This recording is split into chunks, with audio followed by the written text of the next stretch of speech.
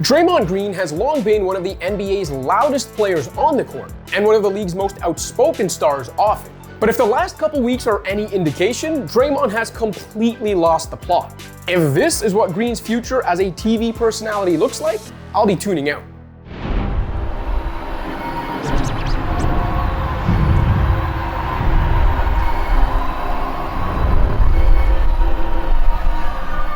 We've dug into Draymond's unsportsmanlike conduct on a previous episode, but we've also praised the former Defensive Player of the Year for his immeasurable contributions to the Warriors dynasty. So this is far from any sort of anti-Green agenda. In fact, what makes this all so disappointing is how much hope I had for Draymond as a TV analyst. I'm not mad, just disappointed.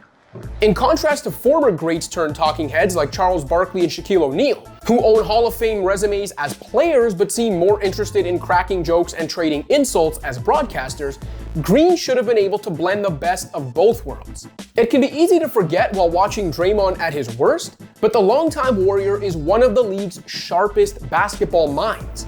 When it comes to basketball IQ and processing the game's many moving parts, there just aren't many better. The possibility of a basketball genius providing on-camera analysis while also bringing Green's trademark bluntness to the table was tantalizing. Unfortunately, the four-time champion hasn't lived up to the hype. Perhaps Green will be who I thought he was when he doesn't have to cover Rudy Gobert, because Green's clear hatred of the Stifle Tower has poisoned his analysis. Look, we all know Gobert makes himself an easy target sometimes, but how you feel about him off the court shouldn't determine how you evaluate his on-court contributions. Draymond is too smart a player to perpetuate some of the BS out there about Rudy.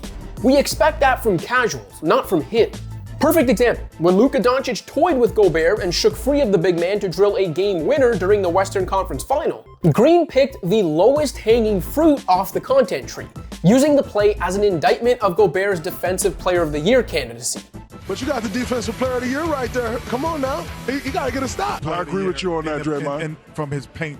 No, you got to play defense. It's not, the game isn't just played in the paint. Time out. Rudy sucks, not me. What I do? Again? I didn't do anything. What are you going at me for? You did it to them, not me. Come on, Draymond. There's a lot to discuss about that play, but Gobert wasn't the story. Why were the Wolves so hell-bent on switching? And if they were going to switch no matter what, why have Gobert on the floor to serve as an easy target? Are there things Gobert could have done better given the circumstances, like perhaps being more aggressive to concede a 2 rather than a patented step-back 3? Sure, but Luka would have cooked just about every big man in that situation. Defending Doncic in space is a problem for even the game's greatest defensive players. Guarding on the perimeter obviously isn't Gobert's strength, but how does that mean he wasn't the best defensive player in the league this season? When Kawhi Leonard deservedly won back-to-back DPOYs as an elite wing stopper, did anyone say, wait, but this guy doesn't protect the rim like a big man?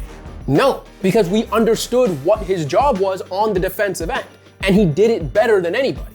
Same goes for Gobert, whose rim protection forms the basis of Minnesota's league best D. Draymond knows all this, and the irony here is that Green himself has often been a target of lazy criticisms related to his on-court value. It wasn't long ago that peers and critics alike, his current TNT co-stars among them, said he was merely a product of his star-studded environment in Golden State. What did he average in Chuck? A triple single? So Draymond Green had 9 minutes and 44 seconds of this one before being ejected. He had his normal triple single.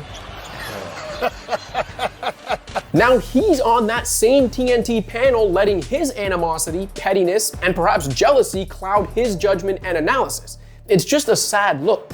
Somehow, Green's basketball analysis pales in comparison to the foolishness of his financial commentary. As hard as we work to accumulate wealth, coming from situations that most people never make it out, and then you get fined the way we get fined, it's actually not set up for us to be wealthy after we're done playing. This job is not set up the way we're taxed. Oh, California? The way we're taxed, the way we're fined. Look, on the taxes front, maybe Draymond was talking about the so-called jock tax, which does disproportionately affect pro athletes more than other workers. But we don't have time for a full tax code explainer today. On the topic of fines though, is this dude serious? He wants us to believe what exactly? That his inability to control his body and emotions should go unchecked because it puts him at risk of retiring broke after earning $250 million over his NBA career? Green has been one of the most frequently fined and suspended players in league history, which has cost him approximately $4 million. But that's a Draymond problem, not an NBA problem. If he valued his money the way he claims to in that soundbite, he'd have figured out a way to avoid such frequent discipline by now. Has there ever been a player so oblivious to the consequences of his own actions? Anyway, it's one thing for Draymond to lose the plot talking about his personal finances.